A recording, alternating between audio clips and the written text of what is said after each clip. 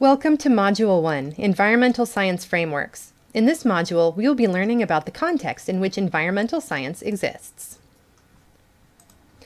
These are the things you are responsible for in the next 2 weeks. First, there is an ungraded pre-assessment survey.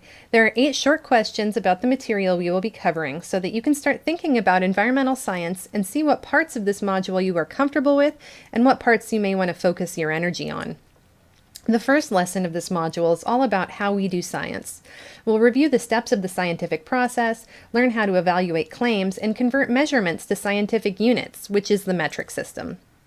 Lesson 1 has 3 assignments to help you practice and retain the information that you spent all that time learning.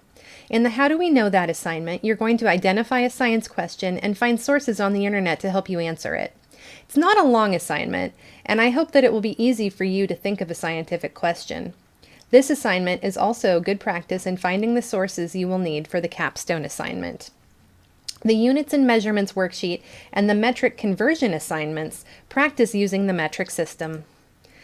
Then you can move on to the next lesson, Lesson 3, which is going to explore the modern history of environmental thinking, discuss the 2 worlds that humans straddle, and define sustainability and a sustainability mindset.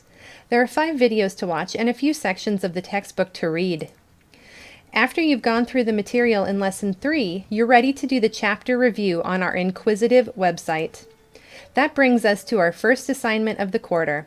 Remember that these are worth a lot of points, so I would put some time into it. Your first post is due on Friday, 9/25, and your follow-up is on Tuesday, the 29th.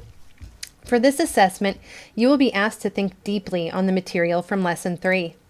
And that's it. The last thing to do is to take the ungraded self-assessment survey to see how far you've come and how successfully you've learned the material. Last, I'd like to show you how I would break up the next 2 weeks if I were a student. Remember that all time estimates are just that, an estimate. You may breeze through this or that, or it may take you more time. Just make sure that you get through all the material by the 25th or have contacted me to let me know if you need more support.